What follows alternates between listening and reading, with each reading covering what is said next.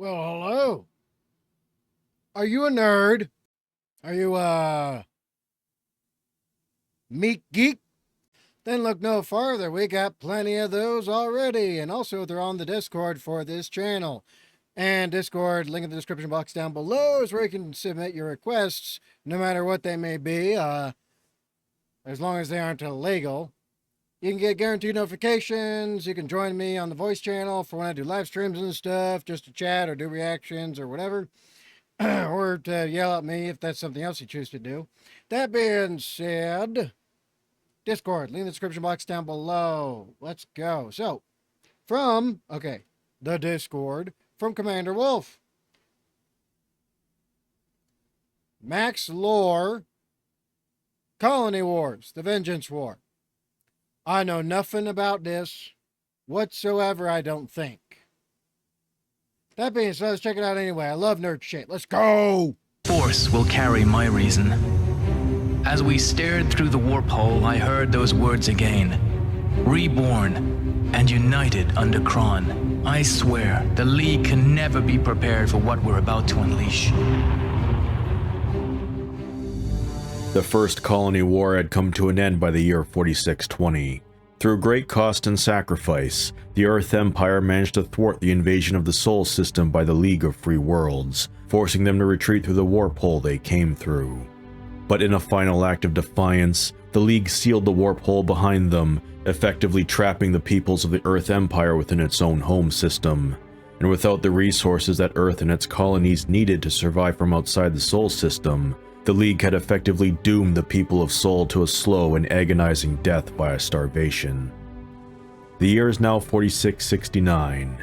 The Empire had died out as the League had hoped. However, the people of Sol did not.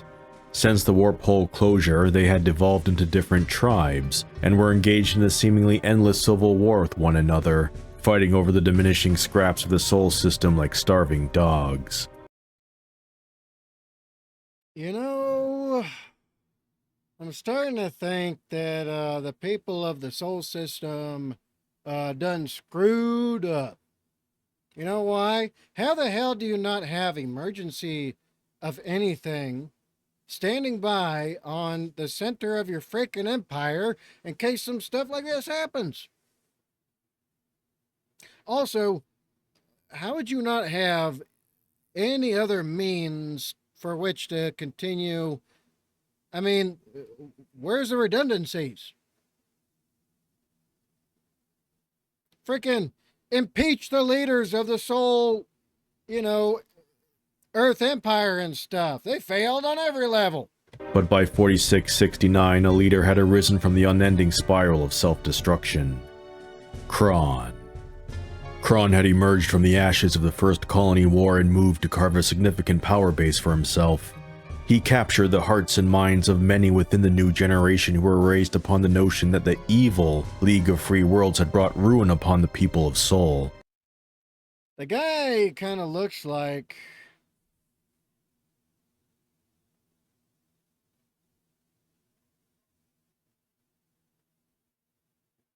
Oh my God. I've kind of seen him before. He kind of looks like... Oops. I'm nerding out, okay? I'm going to bumble everything and bump into everything and bump things and smack stuff. What's his name? Is Japanese physicist.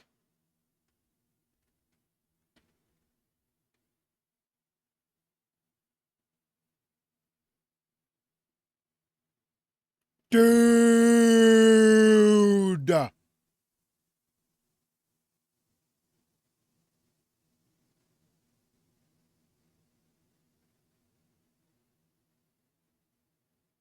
Dude! Bob! No way! No way! Absolutely yes. Let's see that picture.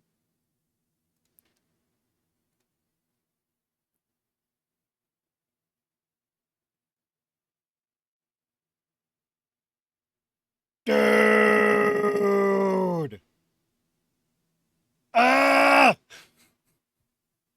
They put Michio Kaku into this shit. That's great. I love that. I like Michio Kaku just because he's one of the smart people, right? So if he's like one of the smart people and he's not like doing a lot of dumb stuff like some other smart people do all the time. Looking at you, Neil deGrasse Tyson. They put him in this freaking stuff. That's amazing. Okay, let's go. I'm down. I'll follow Michio Kaku. I'll be the muscle to his brawn. Carve a significant power base for himself. He captured the hearts and minds of many within the new generation who were raised upon the notion that the evil League of Free Worlds had brought ruin upon the people of Sol. And with that power, Kron began rebuilding Earth's decimated colonial navy around one principle. The time for suffering is over. The time for vengeance is now. However, before any action against the League of Free Worlds could be taken, Kron had to rebuild the old Sol battle platform that could reopen the warp hole that led out system. But first, he needed to solidify his forces and subjugate those few remaining barbaric tribes of Sol that would not join his righteous crusade. Okay, and there's some elements of like a lot of different, soul powerful leader stuff in this as well. I like this. I like it. Plus, the way they put this all together is tickling my nostalgia for the original Halo game. Halo Combat Evolved. Same type. It's a very, very much similar type of like visual style and presentation. I like this. But anyway, yeah, it makes sense too, because Michio Kaku is a physicist, so he's a smart guy, and if he's not a subject matter expert on something, well, it's his brain more than anything else, not the stuff he's a specialist in that can be, weighed against anything he needs to, catch up on. So it would make sense to me, somebody like Michio Kaku being in this universe and being some kind of leader, because then he could just apply the way his brain works, like his smarty pantsness, to whatever the problem is, figure it out, solve it, use the scientific method to work through it, and then fix everything. I'm down. Deus Lo Volt for physicist future leader Michio Kaku Kron. But as defiant as the tribals were, they could not stand against the colonial navy resurgent under Kron. Battle after battle was met with victory after victory, and eventually the Civil War would climax at the engagement of the Sol battle platform, where the tribals made a desperate attack with the last of their forces against the Navy while they labored to complete work on the platform. But like countless battles before, the tribals were obliterated by the colonial Navy defenders. With this victory, the last of the old tribes were utterly crushed, and unity had returned to Sol under the visionary leadership of Kron and the might of his fist. With the battle platform secure, the colonial navy rallied as the warp hole opened for the first time in decades. As Kron himself stated, "Force will carry my reason," which was a sentiment shared with the proud service members of the colonial navy, and they would carry their reason right to the heart of League High Command, the Galanire system. Emerging from the warp hole into Galanire, the League of Free Worlds remained unaware of the enemy at the gates, which was what Kron desired, for now. The colonial navy was still vastly outnumbered by the League. They needed to strike fast and cause as much disruption and mayhem as they could before the League fleets mobilized to crush them. System-wide communications rigs, spy satellite deployment installations, and other targets of opportunity fell before the savagery of colonial fighters and capital ships, their crews lusting for blood after a century of isolated suffering caused by the League. As the attacks continued, Kron and his fleet were intent on finding the League command bases before they were alerted to his presence. Time was running out, but League command just had to be here somewhere in Galanire. As the battles across the system escalated, the League took notice.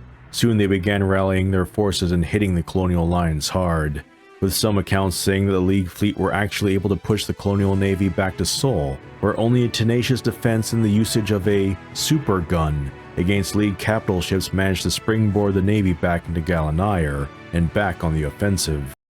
Okay.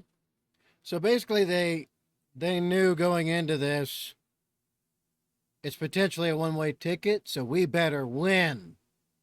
Right? They basically blitzkrieg their way into good enough position to try and, as they said, have force carry their reason. That makes sense, right? That makes a lot of sense. If you're trying to break through a heavy, if you're trying to break through a numerically superior foe, in any way, shape, or form, or for any reason, if that's the option you have, right, then you have to pick a part of the enemy line and throw everything you freaking have at it, right? And there's a few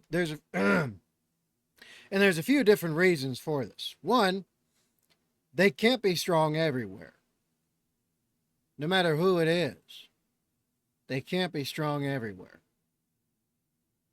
Even for, in real life, the United States of America, the U.S. military, which is an absolute monster compared to everybody else on every level, that is something that can possibly even affect someone like us. Okay? And we have to do a lot more to try to mitigate that than we do when it comes to our own offensive ability, right? Our own offensive power and such. And so there's a few reasons why you want to pick a part of the enemy line and just go right through it, right? And throw everything you got at it. Because one reason could be a breakout. There's an objective behind the enemy somewhere that you want to get to before they can realize what you're doing. But you don't have the forces to just rout the enemy. Therefore, you have to force your way through them and separate their line as much as you can while shoving your way to that objective as quickly as you possibly can move, right? I've done this a few times surrounded by enemies in the real life, so I know it works. And then, of course, we crush them immediately afterwards, but that's a different thing. That being said, another reason could be that, right, you're trying to effect some kind of objective where it's capture enemy leadership, right?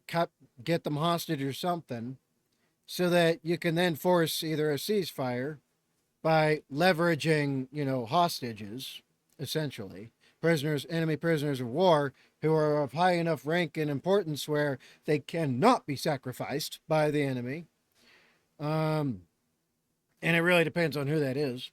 And another one, right, is if you're essentially cornered, your back's against the wall, you got nowhere else to go. So the only choice is a breakout. And if you can't make it through the breakout, you were dead already. Anyway, let's continue. But the Colonial Navy's hard work was for naught. It was discovered that the League was no longer based in Galanair. Apparently, they had moved their center of government elsewhere sometime during the isolation in the Sol system. Kron was furious. His intelligence agents had failed him utterly, and he would take the appropriate measures to punish them, undoubtedly with fatal consequences. But this was just the start of the cracks beginning to appear in the Colonial Navy, which were furthered as a new faction had arisen among their ranks, the Watch. An agency created by Kron himself that seemingly had authority over everyone and everything in the Navy. Essentially, they were Kron's secret police, designed to weed out disloyalty and treachery. They recruited those they wanted by force, and those who refused, well, they would find themselves having an inconvenient accident with an airlock. When the Colonial Navy moved into the Cronus system to continue their hunt for the League High Command, their power within the Navy slowly but steadily grew. But the war pressed on. It had to. Now the Navy was in the Cronus system, ready to continue their battles against the vile League of Free Worlds and ascertain the true location of their cowardly leadership. But unlike Galanair, where the Navy had the element of surprise, here in Cronus the League fleets were fully mobilized and ready for them. Now that they were on even footing, this was when the real war would begin. All across the system the Navy attacked, the League defended. Then the League would counter with an offensive of their own, the Navy would match them. The fighting was brutal, but eventually, slowly, the The League was pushed out of Cronus and were forced to regroup at the next system, Alpha Centauri. Kron and the Colonial Navy, however, battered and bruised as they were not content to simply consolidate their gains before pushing further. The Great Crusade of Vengeance would continue without pause. Yep, keep the momentum going. So, it's a tricky business, right, when you're on an offensive campaign of any kind. Because it is too easy to lose momentum and too easy to lose initiative. It's too easy to get slowed down, bogged down, and all that stuff. Maintaining momentum and initiative on the offense is paramount. We see this with World War I, where people were taking trenches. If they stopped, they got slaughtered. We saw it with World War II, breaking through enemy lines, right? Or pushing the enemy back further and taking objectives. You had to keep on going. Anytime the Allies would stop, the Germans would reconsolidate and then counterattack or hold more ground longer. The Allies had to keep on hammering away. They could not stop till they got to Berlin. Otherwise, the Battle of the Bulge would have been more than just a one-off, right? If the German military was able to regroup, reorganize, and all that perfectly well, and they weren't constantly being pressed or constantly under pressure, World War II would have been a lot harder. So there was a lot of elements of that. Same is true for a lot of different conflicts. So this makes sense. I love how they added those elements into this. This is pretty great. By the time the Navy had begun to fight the League in Alpha Centauri, the Watch was able to dictate overall strategy. Reports were unconfirmed as to the actual Navy losses at the time, but morale was suffering due to the Watch blaming operational setbacks on the starfighter pilots themselves, the backbone of the Navy's force projection. Some among the pilot corps even hinted that the real cause for the Navy's setbacks was because of the Watch's grand strategies that ended in failure. Surely Kron would know what was truly happening among his forces. But still, the service members of the Colonial Navy carried on, eager to bring ruin to the League of Free Worlds that had imprisoned them and had caused so much suffering for the people of Sol. These thoughts alone were enough to carry them through the arduous days ahead. I do like how in the animations they have rotating sections of the ships, because that's one way you can affect gravity in the vacuum of space, right? That's one way to where you can have gravity internally to a ship. Although it wouldn't be that. There's a discrepancy between it. You still have to make up for a lot of stuff as far as my working knowledge currently goes. So finding a way to instead induce artificial gravity seems like the more worthy pursuit, because having to rely on ships spinning to have internal gravity somewhere, not very much sustainable or viable for many different reasons I've heard of. But anyway, let me know what y'all think.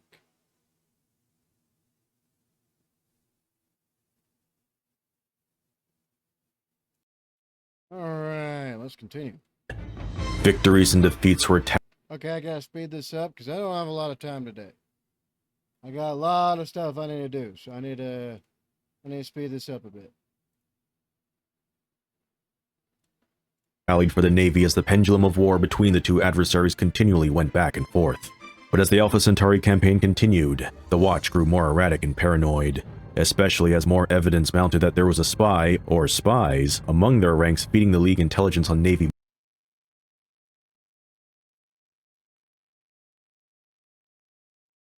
I haven't actually played or downloaded Uma yet, it's just that I've been seeing it everywhere in my IRL circles. The heck is that? Well, anyway, let's continue. Movements and positions. However, their time was coming to an end, even if they did not know it. There are at least two probable stories that detail the downfall of the Watch. One was during an attack on a civilian convoy that supposedly held the spies and traitors the Watch so desperately sought, but the other hinted at events that would transpire later on near the end of the Second Colony War. This second story involves a man named Mertens, a pilot for the Colonial Navy who was arrested by the Watch for allegedly seditious actions against Kron and the Navy. What these actions specifically were is not known exactly, and range from failing to kill a traitor to aiding and supporting an operation to destroy a League fleet that unknowingly had a number of Watch agents inside. And now, with Watch fighters towing his ship to their space station in Alpha Centauri, it seemed Mertens' career would be grounded permanently. But fate had other plans. A League destroyer jumped into the area of operations and began assaulting the Watch facility. Seemingly left with little choice, the Watch fighters towing Mertens' ship released him, on the grounds that he was ordered to stand and fight off the League ship alongside them. Mertens was fortunately an ace pilot in his own right, and fell into old habits easily by dispatching the destroyer's fighter escort, followed by the destroyer herself. And then yet another turn of fate. As the embers of the League capital ship began to fade into the void, Mertens received a transmission from Navy intelligence that he needed to destroy the Watch station. This was then followed by a message on his flight computer from Navy operations that the Watch leader who was aboard the station, a woman named Bex, was now assigned the status of traitor. Mertens happily obliged with his order to destroy the Watch station that just a few hours ago could very well have been his tomb. Bex, unwilling to go down without a fight, shot out of the station as it exploded and began dueling Mertens. But as the two pilots fought, Bex would speak over the comms about how she had no choice and that things are not what they first appear to be. And even damning still was her hints about another entity waiting around the corner. But Mertens paid little heed, perhaps believing them to be the rants of a woman wishing to avoid death. He simply gained the advantage on Bex and gunned down her Watch fighter. Whatever secret she held about the future died with her. Interesting. That's why any sane, good, and moral, upstanding, upright warrior or soldier type really hates spooks. God, do we hate them. We hate spies. We hate spooks. We hate ghosts. We hate all of them suckers. Why? Because it's a world of intrigue and manipulation and schemes and deviousness and all this other stuff that's better off just being burnt, right? And in real life, I've worked with spooks. I don't like any of them. That being said, right, I feel passionately about the subject. I really do. I really do, right? Which is why hearing all this is like an aneurysm. It's like, well, shit. Who do you know to trust? Because in my situation, I'd just be like, all right, I'm killing everybody. Let whatever entity there is after sort them out. If I can't trust you or you or you or you or you, then all of you die. That's it. Done. Right? That's how I'd be running shit. And people are like, what about intelligence and ISR and all that other shit? Well, I can have good, moral, upstanding soldiers and troops who are direct, blunt, not scheming, devious little shitheads, right? Manipulative bastards be the ones to do all that. Or something, right? I just hate it. I really do. I like a nice, upfront, straight fight. That's what I like, all right? That's why I don't like the whole, I don't, proxy war or whatever. I'm like, look, are they coming after me and mine? Okay, let's go crush them. They refuse to surrender? Oh well, wipe them out. Nature is as nature does. And that's how nature handles shit. And us being subject and part of nature, that's how I'd do it. But anyway, let me know what you guys think. I just hate all that. I hate spooks. I really do. Upon Mertens' return to the Navy, he was greeted with a wonderful surprise at his debriefing. The Watch was disbanded. As it turned out, they participated in many, many actions that were completely unjustifiable and would no longer be a factor in this second colony war. Even worse still for the former agency, it was revealed by Kron himself that Bex, the Watch's leader, was forwarding information to the League of Free Worlds. So in all likelihood, she was the culprit behind the leaks about Navy assets and positions that the Watch as an organization worked to stem. If those Navy service members who fell victim to the Watch's Inquisition were still alive, surely they would have appreciated the irony. But as the enemy within was crushed, so too did Alpha Centauri capitulate to the Colonial Navy, and with the Navy's recent successes, the home system of the hated League of Free Worlds was found. Boreas. Finally, the time for vengeance that Kron had promised his followers was upon them. The Colonial Navy had entered Boreas. Their first spearhead assault had brought them into the system, and fighting between the two eternal foes was vicious. If this was to be the League's final stand, then they would not go willingly into the night. And yet again, fate proved to be mercurial. Reports from the front lines began coming in. Unknown alien battleships were beginning to appear in Boreas, attacking both Navy and League forces. At first, it started with reports of unknown jamming signal technology being used, followed by confirmed sightings. One such sighting happened during the recovery of a crippled Navy frigate by Allied forces. Another sighting during a tense battle between the League and Navy over a jump gate leading to a League installation. Arguably, their most significant appearance was during the latter operation. When the Navy took the jump gate, they quickly warped to the League station. Emerging in front of the League installation, the Navy fighters and the destroyer that accompanied them were eager to do battle once more with their hated nemesis. That was until an unknown alien ship that looked like something that came out of a nebula called a garden uncloaked right on top of the League space station. Wasting no time, the unknown gutted the station with its energy beam weaponry, turning the League's asset into an exploding fireball in short time.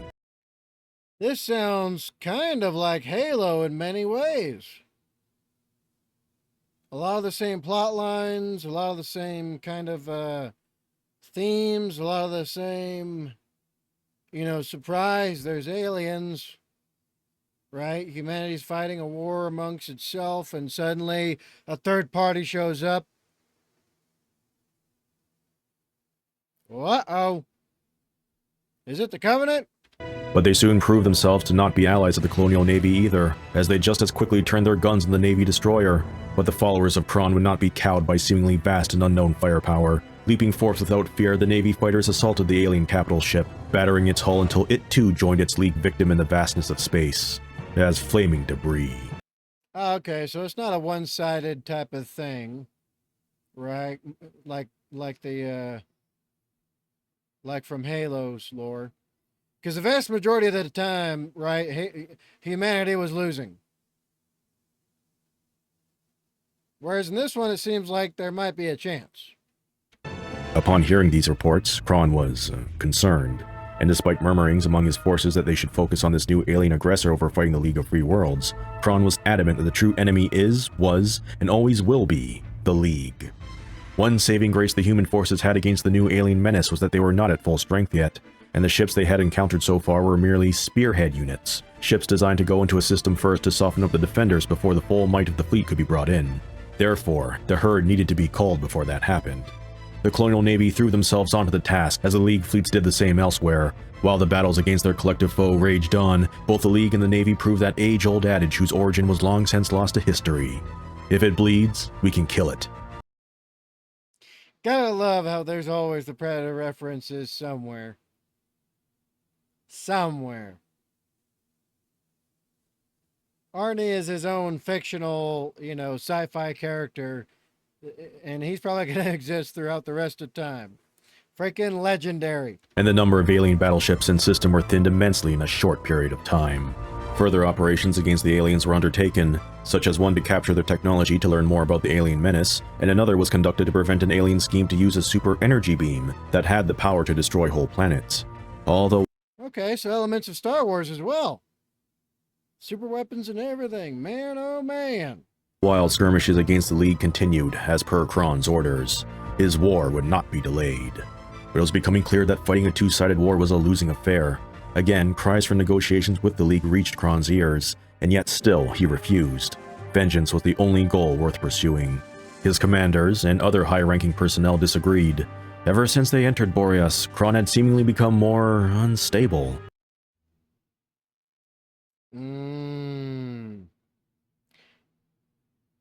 Too bad. Too bad. The once great leader is cracking under the pressure.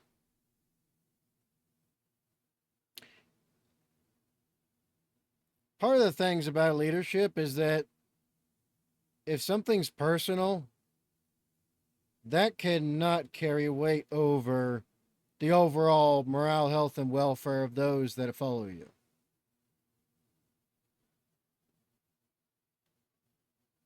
Because once it does, it's a cascade fall of dominoes to when your time is up, especially as a leader almost anywhere. Well, too bad.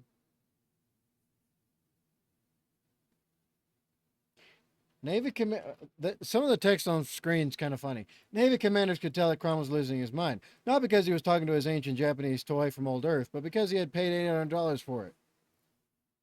I wouldn't even know what figurine that is.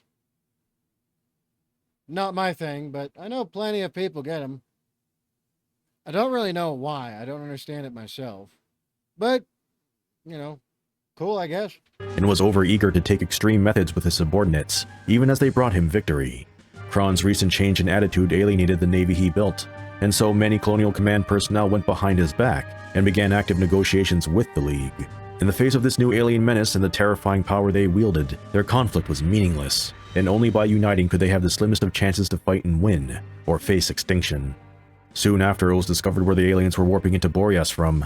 They were coming from a temporal warp hole maintained by a space structure simply known as a web lock. If this web lock could be destroyed, their warp hole would close and the aliens would no longer be able to enter Boreas. Subsequent recon missions were planned and the alien portal was found. An offensive was quickly planned and implemented shortly after. As the colonial fleet carved a path in blood to the alien warp hole, a single pilot was given the honor of closing it. Mertens, the pilot who helped bring down the watch. Blazing through the opened route forward, he attacked the jewel-like structure, and upon its destruction, caused the warp hole to collapse. I'm not talking about the Simon Says puzzle for the weblock. They blew it up. The end. With I don't know what that's a reference to, but gotta love those little snippets like that. Blazing through the opened route forward, he attacked the jewel-like structure, and upon its destruction, caused the warp hole to collapse. I'm not talking about the Simon Says puzzle for the weblock. They blew it up. The end.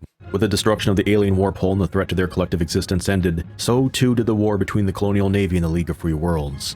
A truce was finally ratified that bound all Navy and League forces to honor the cessation of hostilities. But Kron refused. He had become mad at the denial of his rightful vengeance against the League of Free Worlds and the betrayal of his Navy. Gathering the last of his most loyal followers, he rallied them around a superweapon that presumably had hoped to use against the League. A supergun, much like the one that defended Sol earlier in the war against the League. This time though, if his Navy would choose to side with his most hated enemies, then he would simply kill everyone. By aiming his supergun at the Boreas sun, he could do just that in one killing blow. Obviously, the Colonial Navy could not let that happen. Their first task was to assault Kron's personal battleship, and have their fighters use their leech beams, specialized weaponry made for draining energy shields and in this case, steal data, to ascertain the location of Kron's supergun. From there it would be a mad dash to the weapon of destruction before Kron fired it, which the Navy fortunately did, catching Kron and his superweapon by surprise as they were readying to fire. The timing was impeccable as Navy fighters attacked to stop the destruction of the system, eventually prevailing over Kron's loyalists and destroying their ace in the hole. But as for the man himself, he had fled quickly aboard his dreadnought once the Navy found his supergun. Kron was on the run, a fugitive from his own empire now allied with his most hated enemy. Him, his command ship, and a small number of his most loyal followers were all that remained. But they could not evade the baleful eye of the Colonial Navy, and were found fleeing the Boreas system as vengeful Navy ships finally caught up with them. Kron's personal dreadnought command craft, mighty as it was unable to suffer the wrath of his ex-followers and fell quickly to their energy weapon bombardment. But Kron was not done yet. Fleeing in his personal voodoo starfighter, he warped out, hoping to escape his inevitable downfall one last time. But what he didn't know was that Mertens, and a voodoo of his own, was not far behind him. Emerging into normal space once again, the two began a vicious dogfight. Kron begged Mertens to not kill him, but instead to join Kron and finish the war they started by ending the League. Mertens flatly refused, stating that Kron betrayed everyone for his own personal gain. And in response, Kron simply replied that he had no choice, and that he was just a pawn for the League left to rot. So, there is a saying in a creed that I swore a long time ago. I will not use my rank or position to attain pleasure, profit, or personal safety.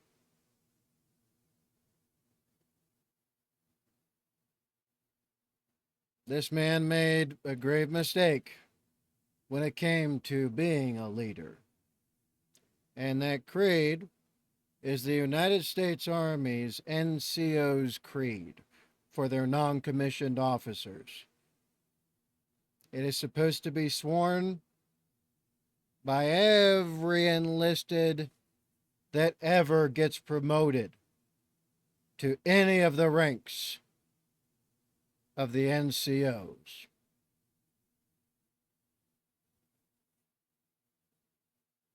And I still hold to that. But whatever implications Kron's final words had were quickly forgotten in the heat of battle, and not long after, in a climactic finish, Mertens brought an end to the one man who unified Sol and rebuilt an empire on the foundation of revenge against their enemies. With Kron dead, there was time for the League of Free Worlds to inform their former adversaries of who Kron really was, and no one within the Colonial Navy would have guessed as to the story the League would tell. I had a feeling something like this would come up. So many plot twists. So many plot twists. I had a feeling one of those was coming.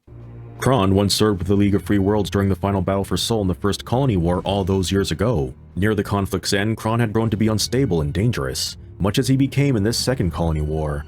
The father, who was the leader of the League of Free Worlds, perhaps unwilling to execute one of his own, personally had Kron undertake one last dangerous mission as the League was retreating from Sol. If he survived, then he would be exiled permanently in the isolated system, which is mostly what happened. But no sentient being in the galaxy could have predicted that he would raise an army to break out of the Sol system and take revenge on the father. When Kron spoke of vengeance to the suffering people of Sol, they assumed that he was speaking of retribution against those who imprisoned them in their own solar system. But they were only ever a means for Kron to take his own revenge on the father for what he did to him. Nothing else mattered. And yet still, despite the self-serving wishes of their leader, Kron's vengeance war gave the people of Sol a great gift: their freedom. This is where the story of the Second Colony War ends, but during the course of the latter half of the war, another event of great significance was playing out, one that involved another unknown alien menace and all of humanity: the Red Sun Incident. But that's a tale for another day.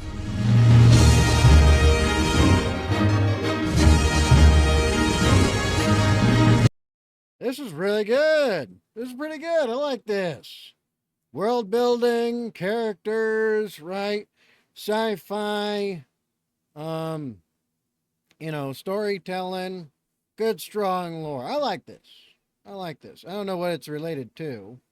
A lot of the elements are very, very, very familiar, and they're all pulled from existing sci-fi lore and universes, but they meld them all together very well, and they do change them to be an original, not so much a retelling, but an original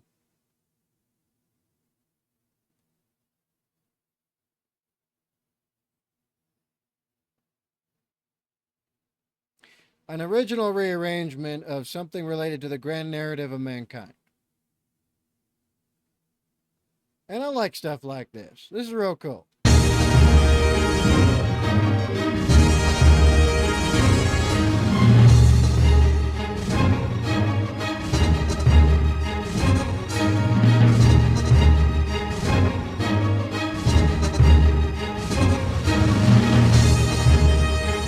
This is pretty good. This is pretty good. I'm kind of skittish about the music, though. I don't know if it'll end up... because YouTube is doing copyright strikes on the channel for all of the music now. Well, not strikes, but copyright warning saying this is demonetized, even though the original owner of it allows for it to be used on YouTube. They've rejected all the appeals, apparently. So yeah. Can't play it if the rest of it's just music. Sorry. That being said, this is pretty good. I like this. I like this.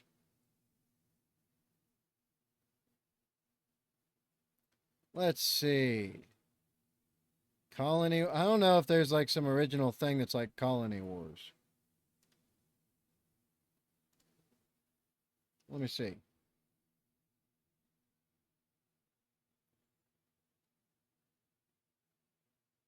Because some of it does seem like it's familiar, as if it was either a game or there was something related to it that I've seen in passing.